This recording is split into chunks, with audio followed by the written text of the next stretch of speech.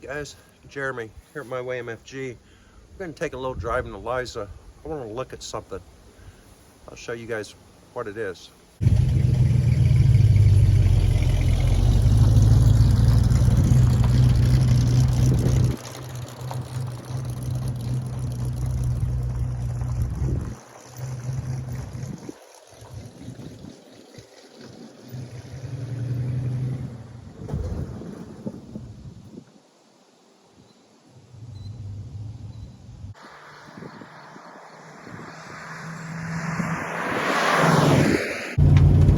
Had a big windstorm the other night. A lot of trees got damaged.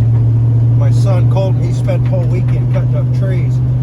There's a tree out here at the McQuan Cemetery that it's supposed to be one of the oldest maybe the oldest catapult tree in the state of Illinois, and it's split, and part of it blew over. Now, a guy I know posted on Facebook that it was the biggest catapult tree in the state of Illinois. I tried to research that and I couldn't find that, but anyway you look at it, I think it's probably one of the biggest in the state of Illinois, if not the biggest. But we're going to go out and take a look at it. I haven't seen it yet.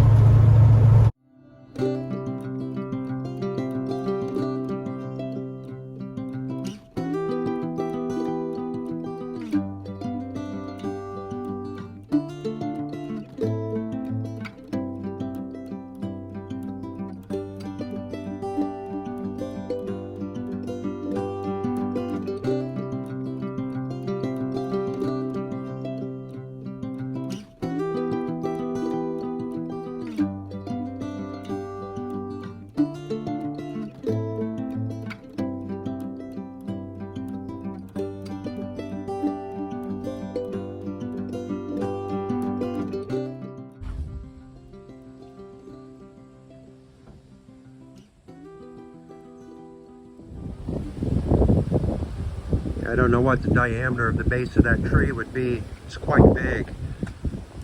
I'll get a video of me standing by it here in a minute, so you can kind of tell. It's going to be quite hard to cut up. It's a shame. It's a shame to see this tree destroyed after being here all these years.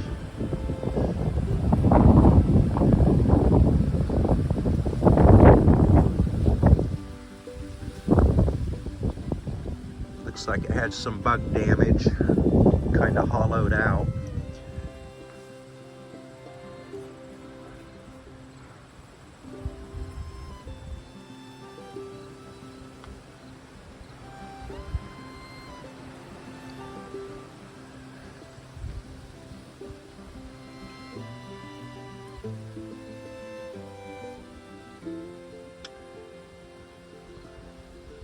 I am going to guess inside the town of McQuan,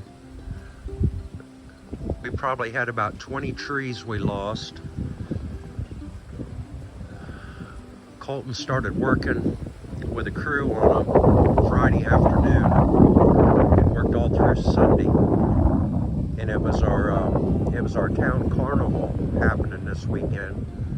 So all that stuff had to get cleaned up pretty quickly. Shame to see the old tree do that after being there for hundreds of years, you know. I suppose it was probably there when they first started the cemetery. You know, that would have probably been maybe what, the 1850s, I'm guessing. I'm gonna walk over by it so you can kind of get an idea the size of it. Then maybe we'll get a little closer.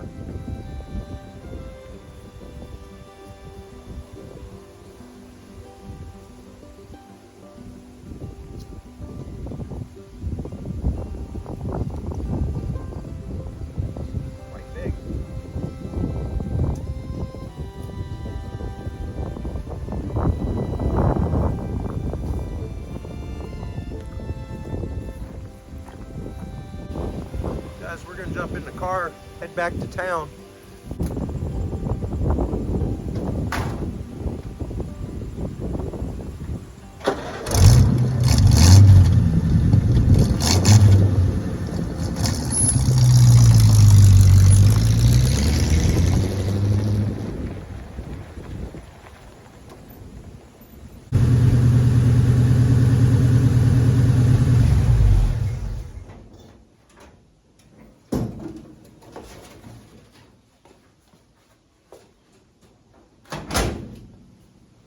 made it home all right, guys. Let me show you what else has been going on around here.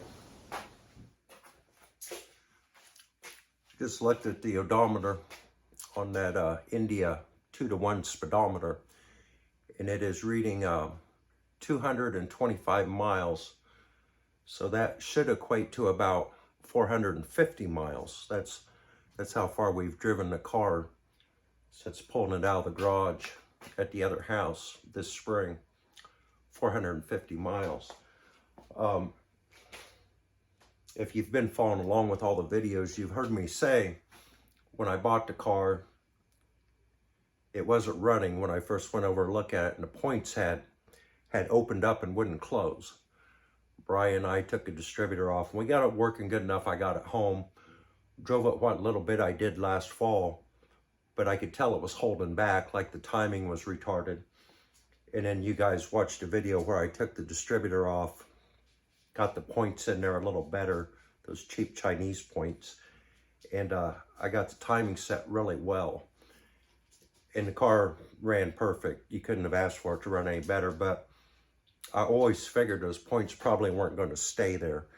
And there's a lot of things wrong with them points, but one of the biggest things is the elliptical screws don't work right in the slots. So where you're setting that elliptical to adjust them, you just got to kind of pry them in place and tighten down the screw that holds them. The ellipticals aren't really doing much. So I always figured they probably weren't going to stay there too long. But anyway, I noticed last time I drove the car, not just now, but the time before, it's running just a little off. And if I hadn't have had this problem before, I wouldn't even notice it. But since I've had the car running bad, and then I've had it running good, I can pretty well tell when something ain't quite right. So anyway, from Napa the other day, I've got 2 new sets of Eklund points. They're made in Mexico, but at least that's not China, right? They're supposed to be the best ones you can get in this day and age. And also, that car has never had the voltage reducer in the wire that goes to the points. And I got one of them too to drop the voltage down. I've realized I've been needing this all along, but with the other points, I didn't really care if it burned them up or not, because I knew I wasn't going to leave them, you know. So the next time we get to working on the car, we're going to get this stuff all in.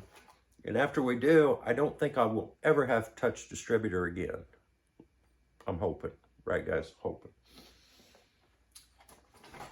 Now, whatever day I pick to do that, if everything is going good, I plan on putting that new hood ornament and latch on at the same time, if I'm having a good day. Some days I go to do stuff and nothing works. If I'm having one of them days, I probably won't. But anyway, that's where we're at with Eliza. And right now, when I drove it out there, I was going like 40 miles an hour. I don't notice it too bad. I try to get up to 60 or 70. It starts popping. And I can tell the timing's just a little off to whereas it was good before. So anyway, that should fix that. Let me show you the garage.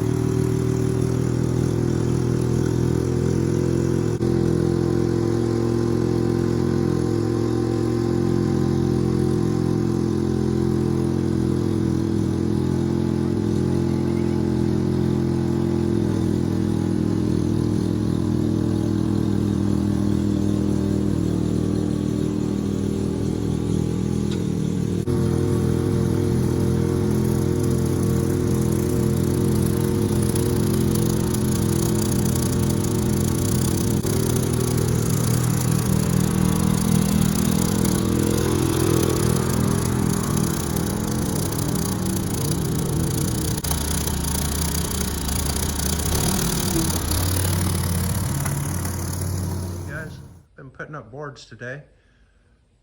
Got one more in a sliver, and I'm completely closed in there on the east wall. This is where the boat was sitting, our new room. That's what it looks like if you're looking down it now. Yeah, it's quite a difference. Yeah, guys, here's where I'm at. I got the whole east wall done, and I've turned a corner and started closing in the south up to there. I'd like to have been further by now, but me and the wife were talking the other night. She said we're not going to be able to spend very much money, or if any, on the garage this month because we got to save money because our property taxes are due. And I guess I knew that was coming, but I just wasn't thinking about it. And it is going to put me a little bit behind. And I was hoping to, you know, start pouring the concrete in here like at the end of September, first week of October, somewhere like that while the weather's still good.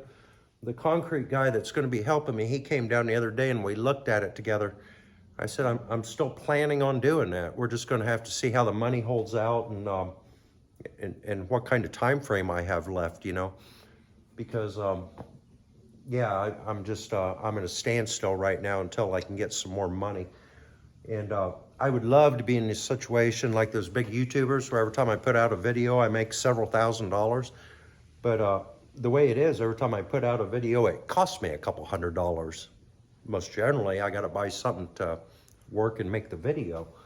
So at least right now, until I get to the big time status, which will never happen, I'm just on hold. I'm on hold. But I'm still going to try to get this closed in before winter, and I think I can, as long as we can come up with a little money somewhere along the way. You know what I'm saying, guys? But let me walk around here. Yeah, that's where we're at.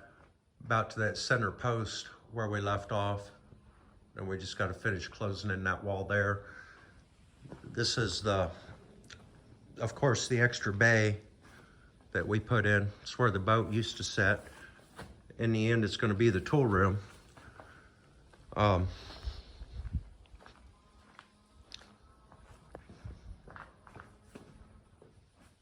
There I'm standing by the west wall looking at it. This will just be a partition wall now, you know, just up to there. You'll just walk around the end of it to get in here. But 4 sheets of roofing and the roof is closed in, and then it'll start to look like we have something. But unfortunately, 4 sheets of roofing is still, you know, a couple $100. So I'm just gonna have to wait.